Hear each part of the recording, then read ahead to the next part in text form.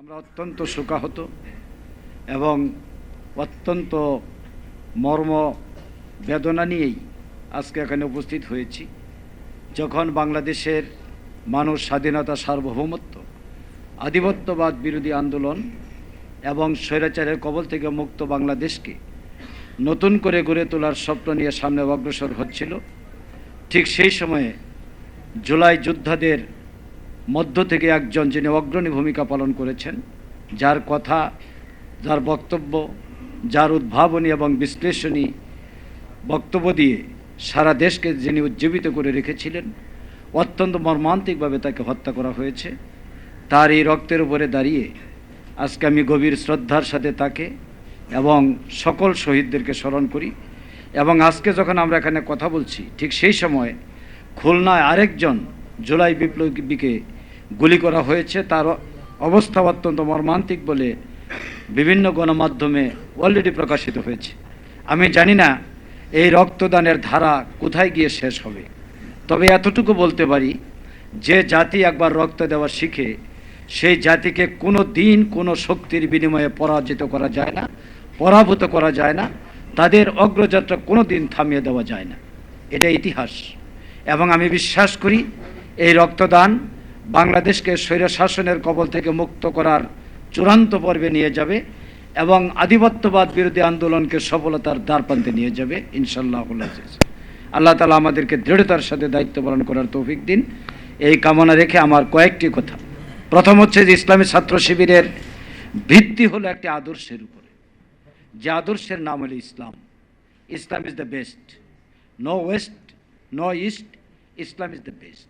এই স্লোগান আমরা দিয়েছিলাম 1977 সালে, এবং আমরা যখন ছাত্র 90-এর গণ আন্দোলনে সমাজতন্ত্রের যখন জয় জয়কার পরিস্থিতি, ঠিক সেই সময় আজকে সময়ের ব্যবধানে প্রমাণিত হয়েছে ইসলাম সত্যিকার অর্থেই বেস্ট। কারণ ইসলাম ছাড়া আর কোনো আদর্শ, আর কোনো মতবাদ মানুষের কাছে গ্রহণযোগ্য হতে পারে না। ইউরোপ, আমেরিকা, ফ্রান্স এবং European country, Australia, Japan, Germany, এমনকি চায়না, সারা বিশ্বে ইসলামের যে জাগরণ আমরা দেখতে পাচ্ছি, এত অত্যাচার, জুলুম, নিপীড়ন চালিয়েও এই আন্দোলনকে স্তব্ধ করা যায়নি, যাওয়ার কোনো সম্ভাবনাও নেই। বিশ্বে আজকে 200 কোটিরও বেশি মুসলমানদের বসবাস। এই অবস্থায় আমরা যেটা মনে করি, বিপুল সংখ্যক মুসলিম হওয়া সত্ত্বেও মুসলমানরা পৃথিবীতে আজকে সবচেয়ে একটি কঠিন অবস্থার মধ্যে আছে। তার কারণটা কি? তার কারণটি হলো মুসলমানদের মধ্যে অনৈক্য। এই অনৈক্যের বীজ কারা বপন করেছেন? দুটো শক্তি এই অনৈক্যের বীজ বপন করেছেন। তার একটি হচ্ছে ইহুদিবাদ, যারা মুসলমানদের চির দুশমন, এবং তাদের ইতিহাস অনেক পুরাতন।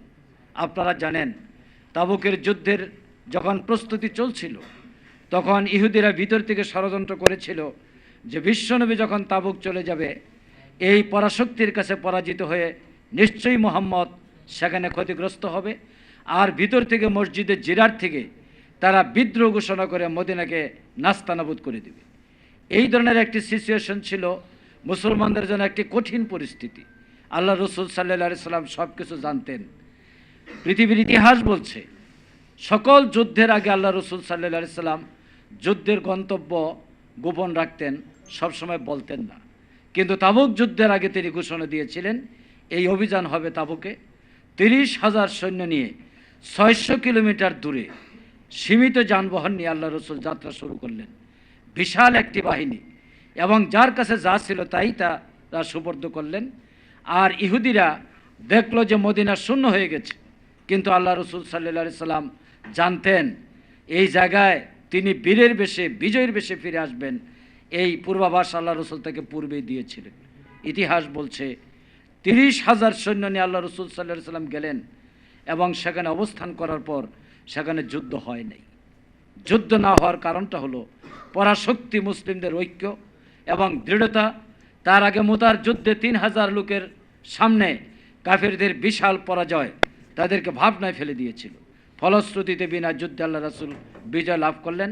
এই ইহুদিরা ভিতর থেকে যে স্বপ্ন দেখেছিল, সেই স্বপ্ন ধূলিসাৎ হয়ে গেল। আল্লাহ নবী মদিনায় প্রত্যাবর্তন করে সর্বপ্রথম ইহুদিদের ডালপালা ভেঙে দিলেন, মসজিদে জিরার ভেঙে দিলেন, ষড়যন্ত্রের কেন্দ্রবিন্দুকে সম্পূর্ণরূপে উপড়ে ফেলে দিলেন। সেদিন থেকে ইহুদিরা সিদ্ধান্ত নিয়েছিল ইসলামকে আর ঐক্যবদ্ধ হতে দেওয়া যাবে না, এবং ঐক্যই হলো মুসলমানদের সবচাইতে বড় শক্তি। এই আদর্শ ইসলামী চেতনাই হলো সবচাইতে বড় শক্তি। তারা তলে তলে ষড়যন্ত্র করেছে। আবদুল্লাহ ইবনে উবাই ব্যর্থ হয়েছিল, কিন্তু তার পরবর্তী উত্তরসূরি ইবনে সাবা সে ব্যর্থ হয় নাই। মুসলিম জাহানের খেলাফতকে তারা একদম ভেঙে তছনছ করে দিয়েছিল। দাস্তে কারবালা পর্যন্ত উপনীত হয়েছিল ষড়যন্ত্রের সেই ডাল। কারবালার প্রান্তরে ইমাম হুসাইন সেদিন সিদ্ধান্ত নিয়েছিলেন যে নিশ্চিত আমার শাহাদাত, কিন্তু আমি যদি শাহাদাত বরণ না করে কম্প্রোমাইজে যাই, তাহলে পৃথিবীতে ইসলামের ইতিহাস ভিন্নভাবে লেখা হবে। আহলে বাইতদের নিয়ে পরামর্শ করেছিলেন, সবাই বলেছিলেন শাহাদতের পথ ছাড়া বেঁচে থাকার পথ গ্রহণ করা নবী পরিবারের পক্ষে মানায় না। হযরত ইমাম হুসাইন সেই সিদ্ধান্ত নিয়েছিলেন। একে একে ৭২ জন আহলে বাইতের সদস্য সবাই শহীদ হয়ে গেল। ইমাম হুসাইন শহীদ হয়ে গেলেন, কিন্তু কারবালার প্রান্তরে রক্তাক্ত হয়ে গেল কারবালা। তারা মাথা নত করেন। সেই ইসলাম মাথা উঁচু করে আজকে পর্যন্ত এগিয়ে আসছে এবং কিয়ামত পর্যন্ত এগিয়ে যাবে। আমি বলছিলাম ইসলামের প্রধান দুশমন ইহুদিরা বসে নেই। ইহুদিদের গোয়েন্দা সংস্থার যে শক্তি, সেই শক্তি দিয়ে সারা বিশ্বে তারা তাদের তৎপরতা চালিয়ে যাচ্ছে। তার সাথে যুক্ত হয়েছে আরেকটি শক্তি, যে শক্তি পাক ভারত উপমহাদেশে ইসলাম একটি শক্তি নিয়ে দাঁড়িয়ে যাক। বিশেষ করে বাংলাদেশ, যদিও বাংলাদেশ ভৌগোলিকভাবে মুসলিম বিশ্ব থেকে বিচ্ছিন্ন, কিন্তু সমুদ্র উপকূলবর্তী একটি রাষ্ট্র হওয়ার কারণে এই দেশটির ভৌগোলিক জিওপলিটিক্যাল কারণে এই দেশটির গুরুত্ব অনেক বেশি। এখান থেকেই প্রশান্ত মহাসাগরীয় অঞ্চলের নিয়ন্ত্রণ অস্ট্রেলিয়া থেকে শুরু করে সৌদি আরব হয়ে আমেরিকা পর্যন্ত বিশাল বিস্তীর্ণ এই সমুদ্রের উপরে একটি নিয়ন্ত্রণ আরোপ এবং সহযোগী হিসেবে ভূমিকা রাখার যথেষ্ট সুযোগ এবং অবকাশ রয়েছে। সেই সাথে বাংলাদেশের ৪০০ বর্গ কিলোমিটার সমুদ্রের তলদেশে যে সম্পদ রয়েছে, এই সম্পদ বাংলাদেশকে শুধু সমৃদ্ধ নয়, বিশ্বের বুকে বাংলাদেশকে একটি চ্যালেঞ্জিং ইমার্জিং ইকোনমিক পাওয়ারে রূপান্তরিত করার জন্য এখানে লুকিয়ে আছে অনেক সম্পদ। এটার প্রতি সেন দৃষ্টি পড়েছে পৃথিবীর আরেকটি আধিপত্যবাদী শক্তি, যার নাম হচ্ছে ভারত। যে ভারত সৃষ্টি করেছিল একটি উদ্দেশ্যে, সেই উদ্দেশ্যটা হচ্ছে বাংলাদেশকে মুসলিম বিশ্ব থেকে বিচ্ছিন্ন করা। এই পরিকল্পনা বাস্তবায়ন করতে তাদের কয়েক বছর লেগেছিল। রয়ের কাউবয়রা তাদের আত্মস্বীকৃতি ইতিহাসের ভিতরে উল্লেখ করেছেন যে বাংলাদেশকে মুসলিম বিশ্ব থেকে বিচ্ছিন্ন করা ছিল তাদের প্রধান পরিকল্পনা। সেই পরিকল্পনা তারা 71-এ বাস্তবায়ন করতে সক্ষম হলেও আজকে বিশ্ব মানচিত্রে বাংলাদেশের 18 কোটি মানুষের সন্তান বিশ্বের প্রায় 209 কোটি রাষ্ট্রে যেভাবে আমাদের সন্তানেরা ছড়িয়ে ছিটিয়ে পড়েছে, যেভাবে বিশ্বের বিভিন্ন দেশে দাওয়াতি উপকরণ উপাদান নিয়ে তারা যাচ্ছে, ইসলামের দাওয়াত দিচ্ছে, ফলে Bangladesh is connected to the world community. Bangladesh বিশ্ব থেকে আজকে বিচ্ছিন্ন নয়। ইউরোপ, আমেরিকা, মধ্যপ্রাচ্য, মুসলিম রাষ্ট্র সব জায়গায় মুসলিম কানেক্টিভিটি, ইসলামের কানেক্টিভিটি, ইসলামী ছাত্র শিবিরের কানেক্টিভিটি আজকে দেদীপ্যমান এবং শক্তিশালী, যার ফলে তারা বাংলাদেশের এই ভৌগোলিক সীমানাটাকেই আজকে নিশ্চিহ্ন করে দিতে চাচ্ছে।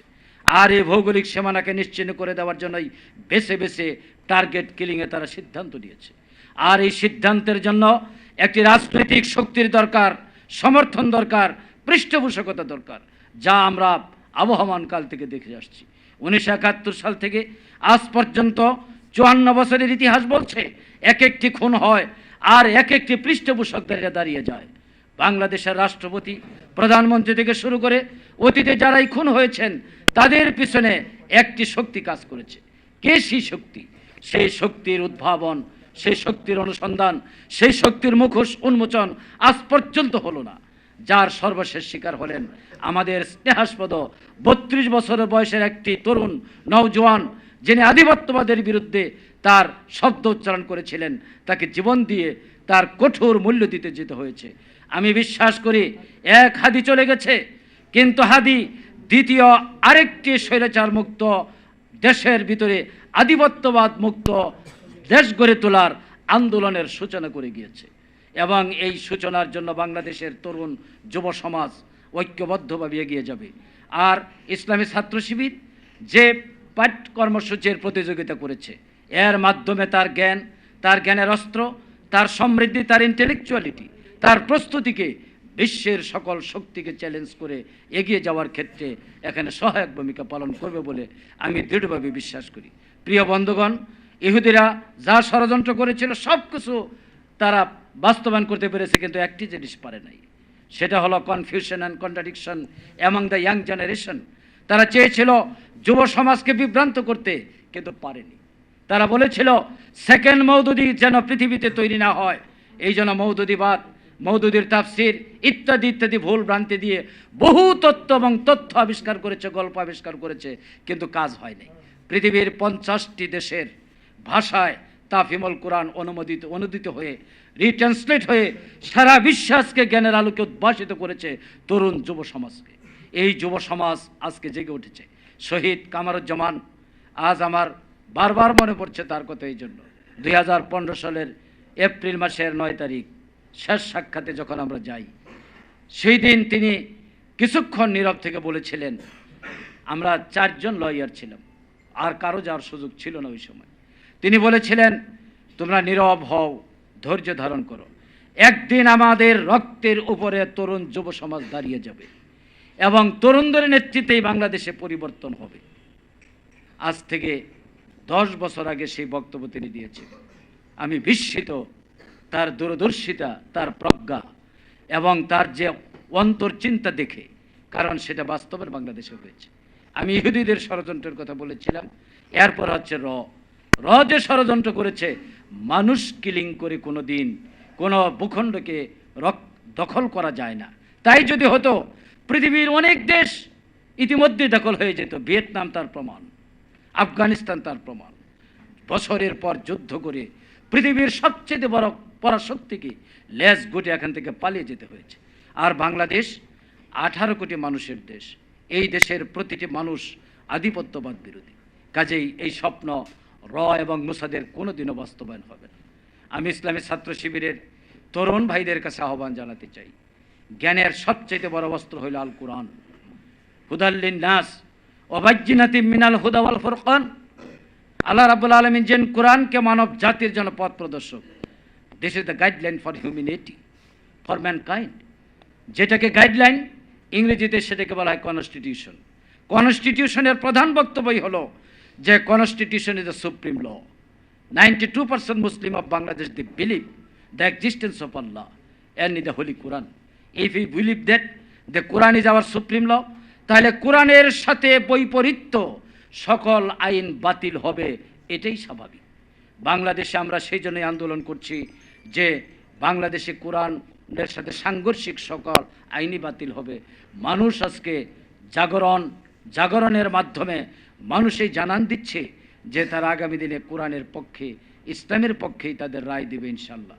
আমি আজকের এই সুন্দর দিনে, এই আয়োজনে আমি আপনাদের সকলকে শুভেচ্ছা জানাই, অভিনন্দন জানাই, মোবারকবাদ জানাই। যারা বিজয় হয়েছেন তাদের চলার পথ আরও সুন্দর হোক। সবাইকে ধন্যবাদ। আসসালামু আলাইকুম ওয়া রাহমাতুল্লাহ।